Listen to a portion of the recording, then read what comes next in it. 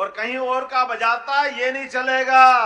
भारत के अंदर रहना होगा तो रामकृष्ण की जय कहना होगा। ये मध्य प्रदेश के मुख्यमंत्री हैं, नाम है मोहन यादव। आप कहेंगे कि बुलडोजर एक्शन और इनके इस बयान का क्या कनेक्शन है? जवाब है बहुत गहरा। बुलडोजर यूं ही नहीं चल रहा है, इसके पीछे एक मकसद है।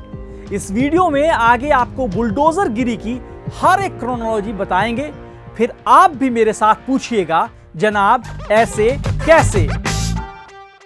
आदाब, मैं हूं शादाब। क्या सिर्फ आरोप लगने भर से किसी के घर को बुलडोजर से गिराया जा सकता है? क्या भारत में ऐसा कोई कानून है?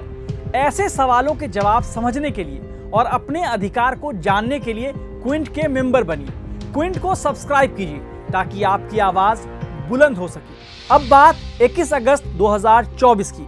जगह मध्य प्रदेश का छतरपुर थाना। मुस्लिम समुदाय के लोग रामगिरी महाराज नाम के एक शख्स के खिलाफ FIR की मांग को लेकर थाने के बाहर जमा हुए थे। रामगिरी महाराज ने पैगंबर मोहम्मद सल्लल्लाहु अलैहि वसल्लम और इस्लाम के खिलाफ राजस्थान में आपत्तिजनक टिप्पणी की थी। इसी को लेकर मुस्लिम समाज के लोग प्रदर्शन कर रहे थे।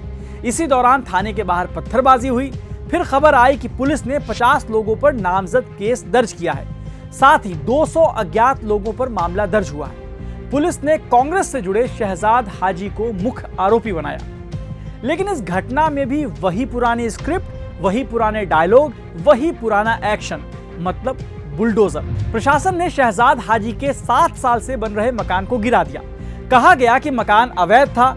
तो सवाल है कि 7 साल से कोई अवैध मकान बन रहा था, तब इसकी खबर सरकार को कैसे नहीं लगी? प्रशासन को इसके बारे में जानकारी कैसे नहीं हुई? चलिए, मान लिया कि मकान अवैध था, तो फिर छतरपुर कलेक्टर के ट्विटर हैंडल पर यह क्यों लिखा है? यहाँ लिखा है, पथराव करने वाले आरोपियों के अवैध मकान को ध्वस्त करने की कार्रवाई जारी। यहाँ 2 अलग मामला है, एक थाने पर पथराव का और दूसरा अवैध मकान का। लेकिन प्रशासन इन दोनों को खुद जोड़ रहा है। सवाल है कि प्रशासन को पथराव की घटना के बाद ही क्यों याद आया कि मकान अवैध है? एक और अहम सवाल, थाने पर पत्थर कैसे और किसने चलाना शुरू किया? क्या इसकी जांच हो गई? जांच में आरोप साबित हो गए क्या? आप ये वीडियो देखिए। मान लीजिए मकान अवैध था, तो इतने सालों से इस मकान पर प्रशासन की नजर क्यों नहीं पड़ी?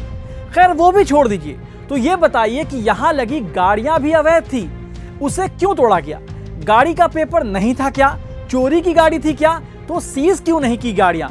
एक और अहम सवाल, अवैध मकान 7 साल से बन रहा था, और अगर शहजाद आपराधिक छवि का था, तो फिर प्रशासन शहजाद से कोविड के दौरान वीडियो क्यों बनवा रहा था?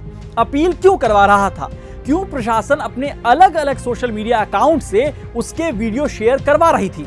एक बात याद रहे, हम शहजाद को क्लीन चिट नहीं दे रहे हैं, ना ही अपराधी कह रहे हैं, क्योंकि ये सारी चीजें अदालत के फैसले पर निर्भर करेगी। हम सिर्फ बुलडोजर तंत्र पर बिना अपराध साबित हुए सजा देने के अवैध तरीकों पर बात कर रहे हैं। हालांकि इस घटना के बाद एक मामले पर सुनवाई करते हुए सुप्रीम कोर्ट ने कहा कि सिर्फ आरोपी होने पर किसी का घर नहीं गिराया जा सकता, भले ही वह दोषी क्यों न हो। यह कार्रवाई का सही तरीका नहीं है। घर तोड़ने की प्रक्रिया में नोटिस जारी करना, जवाब देने का समय, कानूनी उपाय अपनाने का समय देना शामिल हो सकता है। अब आपको मध्य प्रदेश की एक और बुलडोजर गिरी की तस्वीर दिखाते हैं। क्विंट हिंदी के आशुतोष कुमार ने एक स्टोरी की, जिसमें पता चला कि जून 2024 में मध्य प्रदेश में गौकशी, पुलिस पर हमला और हत्या के मामलों के आरोपियों के 37 घरों पर प्रशासन ने 1 महीने में बुलडोजर चलाया। खास बात है कि जिन 37 घरों पर बुलडोजर चलाया गया, उनमें से 27 मुस्लिम परिवारों के थे। ऐसी अहम स्टोरी के लिए हमें काफी वक्त और संसाधन लगते हैं, और हम ऐसी स्टोरी करते रहें, इसके लिए आपका साथ चाहिए। क्विंट के मेंबर बनिए और सवाल पूछने वाली पत्रकारिता को जिंदा रखिए।